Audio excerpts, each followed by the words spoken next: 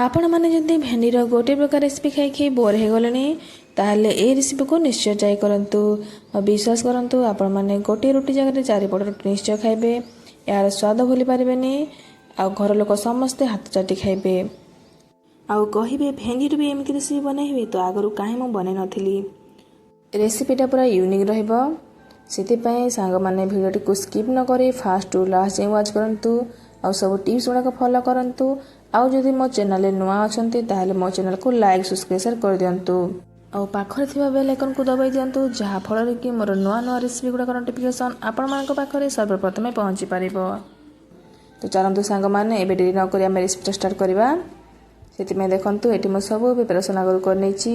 Eighty मो दुईटी बड़ scissor पियाज को चुना चुना कर काट नेची, किछि कंचा लंका भृसंग पत्र और एटी 8 ରୁ 10 कळा रसुण नै जाईची, दुईटी मीडियम साइजर टमाटो, किछि धनिया पत्र काट नै जाईची, किछि धळा सरिष और या बाद रे हम यूज करबा salt, oil, turmeric powder, red chilli powder. और या को बनाया पे मेन सामग्री हैला भेंडी। एटी देखंतु मो 250 ग्राम भेंडी को भला भाबे धोई कि नै जाईची। या को एबे हमें छोट छोट पीस से काट नबा।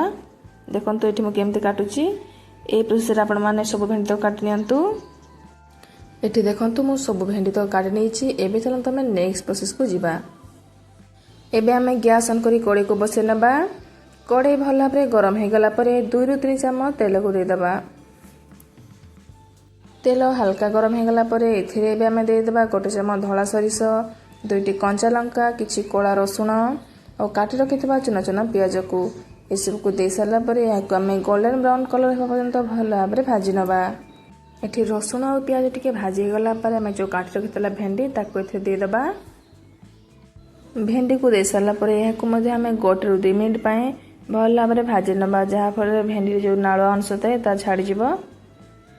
तापरे भेंडी टिके भाजी गला परे एथिरे एबे हमें दे देबा स्वाद अनुसार लूण और काटी रखिबा 2टी मीडियम साइजर टमाटो। याको भला भाबे गोळे नबा और भेंडी को सिजिबा पय याको कवर करी लो मीडियम फ्लेम रे कुक करिबा।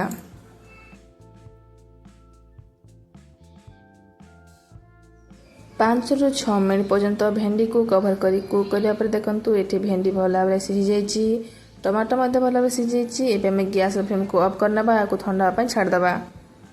देखंतु एठी भेंडी भला भाबे ठंडा हे लाणी। याको एबे हम गोटे प्लेट को काढी नबा।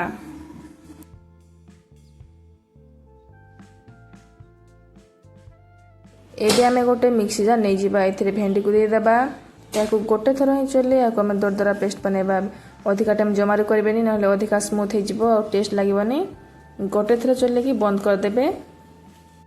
एठी आपण पानी न देले भी चलेबो, किंतु जदि आपण को दरकार हुई आपण अल्प टिके पानी दे पारिबे।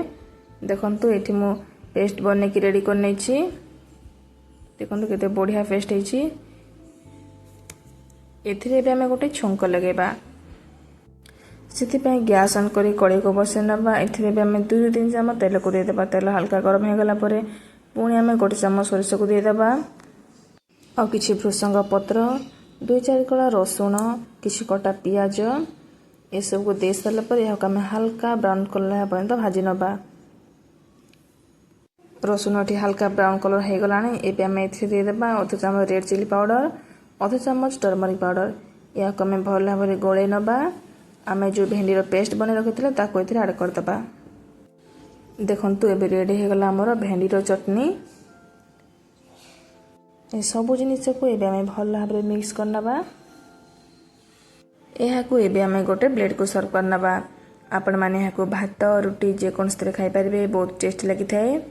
एहा को आपण माने घरे थरे बने निश्चय खांतु और केमती लागला मते कमेंट माध्यम रे जणांतु। आउ जदि भल लागि थे मो चैनल को लाइक सब्सक्राइब कर दियंतु। जय जगन्नाथ।